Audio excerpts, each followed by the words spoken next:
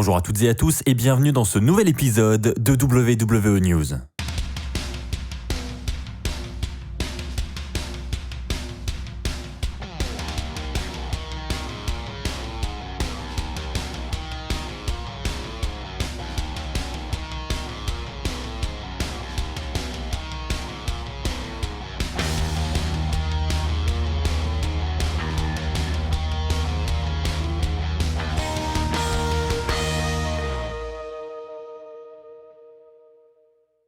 Bonjour à toutes et à tous les amis, c'est Axel de la chaîne YouTube WWE Fan France. J'espère que vous allez tous très bien, j'espère que vous avez bien récupéré après ce petit week-end. On est reparti pour une nouvelle semaine et on va commencer sur WWE Fan France cette semaine avec un épisode de WWE News avec encore un très gros programme. Nous allons parler évidemment du Royal Rumble avec ce qui est prévu du côté des fans pour cet événement. Nous allons également revenir sur le match entre Roman Reigns et Adam Pearce qui a été programmé pour le Royal Rumble. J'ai quelques infos là-dessus. Et puis je vais également revenir sur l'absence de Carlito du côté du show Raw Legends parce que oui, on vous a dit qu'il était absent pour des raisons de transport, mais on apprend aujourd'hui que en fait, il pourrait y avoir d'autres raisons derrière cette absence. Eh bien écoutez, on ne perd pas plus de temps, c'est parti, on commence avec la première news. Pour commencer, nous allons parler du Royal Rumble qui est le prochain pay-per-view de la WWE et l'un des pay-per-views les plus attendus du moment parce que on rappelle que c'est un pay-per-view du Big Four et ce pay-per-view met notamment en scène les deux Royal Rumble matchs, le masculin et le féminin, qui va offrir à une catcheuse et un catcheur un match de championnat dans le main event de WrestleMania. Donc c'est un événement qui est tous les ans très attendu et c'est vrai que les fans tous les ans font intégralement partie de ce show parce que l'ambiance, parce que les décomptes, ce son que nous connaissons tous par cœur dès qu'une superstar arrive. Bref, c'est vrai que les fans jouent un grand rôle lors de ce pay-per-view. Donc la question se pose, est-ce que la WWE va réussir à ramener les fans pour le Royal Rumble? Ça fait plusieurs semaines que j'en parle sur cette chaîne. C'est vrai que la WWE espérait vraiment ramener les fans à partir de ce pay-per-view, ou du moins juste pour ce pay-per-view.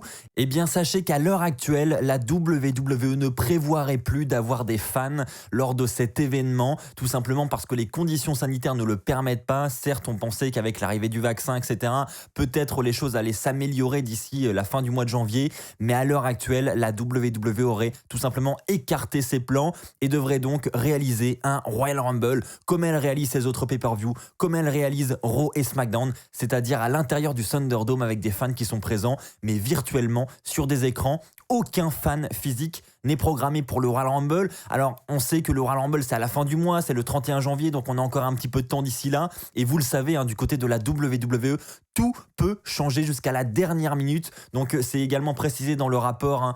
Il ne faut pas se dire que c'est une décision définitive. Ça peut encore changer d'ici là. Mais en tout cas, sachez qu'à l'heure actuelle, il n'est pas prévu qu'il y ait des fans pour le Royal Rumble. Alors, n'hésitez pas à partager votre avis dans les commentaires. En ce qui me concerne, évidemment que pour le bien du pay-per-view, pour l'ambiance, etc., je trouve ça dommage que nous ne puissions pas avoir de fans.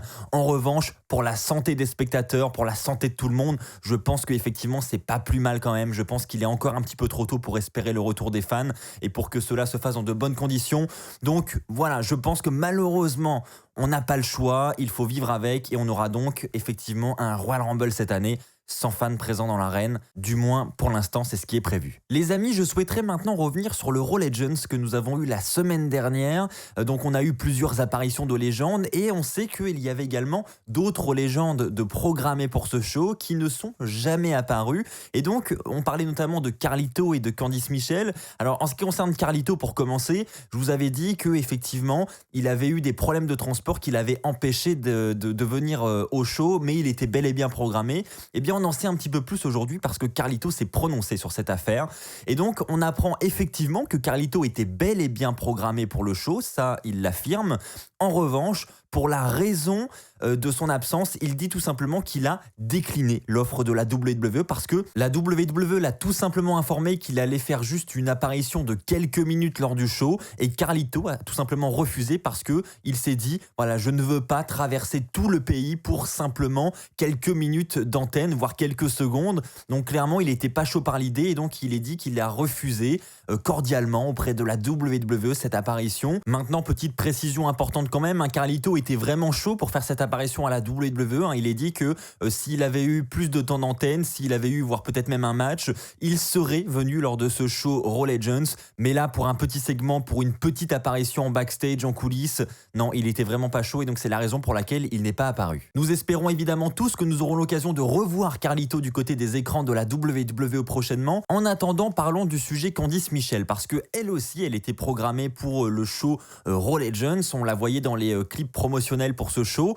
Eh bien, sachez que là, c'est une histoire de fou. Tout simplement, Candice Michel n'était tout simplement pas au courant qu'elle était prévue pour le show. Elle n'a jamais été contactée, elle n'a jamais été informée que la WWE voulait sa présence pour le show et elle figurait bien, comme je viens de vous le dire, dans les clips promotionnels. Donc il est dit que la WWE voulait absolument teaser un maximum de légendes et donc il y a eu un manque de communication évident entre les équipes responsables de la réalisation des clips publicitaires et les officiels de la WWE qui géraient la programmation des superstars présentes parce que Candice Michel a révélé dans une interview que tout simplement elle n'avait jamais été contactée par qui que ce soit à la WWE pour faire une apparition lors de ce show. Donc c'est quand même plus que surprenant.